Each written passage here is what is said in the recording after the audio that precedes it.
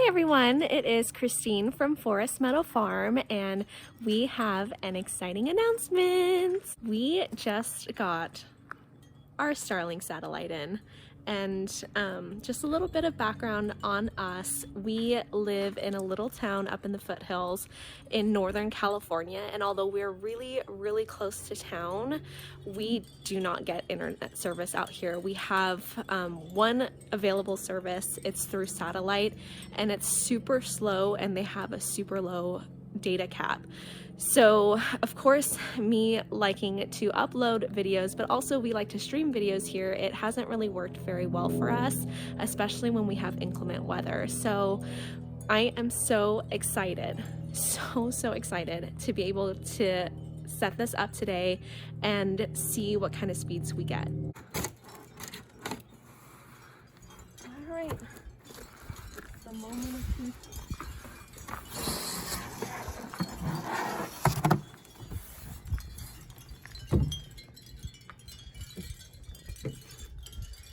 Cool beans. Fancy. Alright, so we want to point it. What is this? No hand. What does that mean? They're saying not to manually tilt the dish because the app will control the satellite and it'll aim itself. So don't try to manually move the dish, basically. Okay, so this is outside, and then once we come inside, it needs to be plugged into an outlet. And looks like there is a modem that comes with it. And then we connect to it through our Wi-Fi. Just put this on the ground here.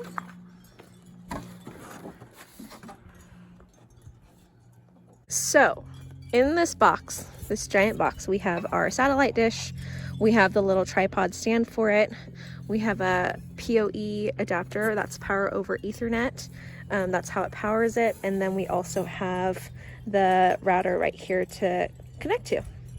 So I'm going to go ahead and start the Starlink app to check for any obstructions that could prevent our new satellite from getting a good signal.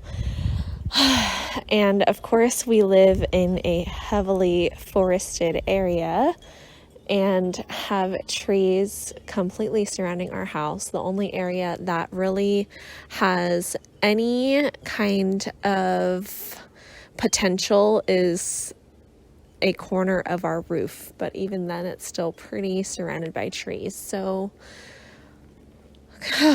we're just gonna cross our fingers and hope this works. The unfortunate thing is we do not have a roof mount in yet. We did order it, but for now it's just going to have to be mounted on the ground, which of course will obstruct our signal even more, but we'll see how it does. And once that roof mount comes in, I will post another video update.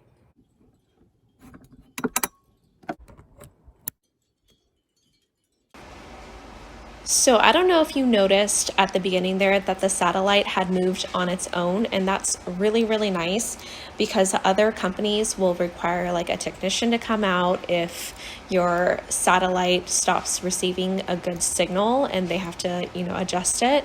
But that's what's really nice about Starlink is that it does it automatically. So you do not have to aim it anywhere. It just does it on its own. So now that we have everything physically set up, let's go ahead and set up the Starlink app on our phone. Just gonna open it, start the setup. Yep, everything's plugged in, and we go straight to the Wi-Fi settings. So it takes you to your Wi-Fi and you have to connect to the Starlink network. Go back to the Starlink app where it connects on its own, and then it's going to ask you to enter a new network name and new password. So we just named our Starlink and then entered our own password into it, which I obviously did not show, and then it's setting it up. Takes a little bit of time, and then you go back to connecting back to this new network, and then the satellite will go online. It didn't actually take that fast for it to do that. It took about 8 minutes, but I didn't want you to sit through the whole 8 minutes. So here is the screen where I reconnected to our previous network to run a current speed test, and you can already tell really early that our ping is super high. And you'll see in a little bit that our download speed is okay. It's not, you know, super bad, but that's also because we haven't hit our data cap yet. When we do, it goes down to below 10, and sometimes it's at like 1 megabit per second, which is really annoying. And then, of course, the upload speeds are also are not great on our previous internet service provider. So it is what it is. This was the only option we had when we moved here, and still was the only option until we got Starlink. So I'm going to go ahead and reconnect to the Starlink internet and see what it is. And already you can see that the ping is very low and the download speed is at least double of what our previous provider was giving us. And the upload speeds are also much better. So already you can tell that Starlink, even though it's still in its beta, is superior to the satellite provider that we had previously. And in this next image, I'm going to show you a screenshot of the two side by side, which again, you can see that the Starlink is already much better than what we had before. So as you can see, I have YouTube playing on silent mode in the background here, and was also able to play Netflix on 2 other devices, high def, at the same time, which I've never been able to do before. So this is pretty awesome.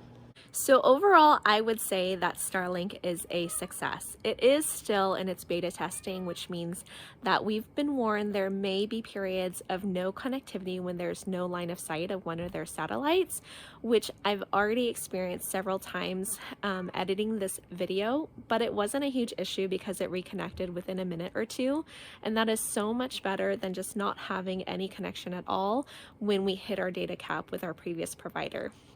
If you are interested in Starlink, I think they are still allowing people to sign up for their beta testing. It is geared more for those who live in remote areas and just don't have the same internet options as city folk. But there is a large startup cost. I believe the equipment was $499, so basically $500, plus the shipping, taxes, and fees tacked on an additional about $90. So $590 to start up, and then it's $99 a month after that for service, which actually isn't bad because we're paying more than that for our previous provider. So if you have any questions or concerns, make sure you leave a comment below. I will post sorry, I'm losing my voice. I will post another update video once we get the roof installation kits to see if that helps with any connectivity issues.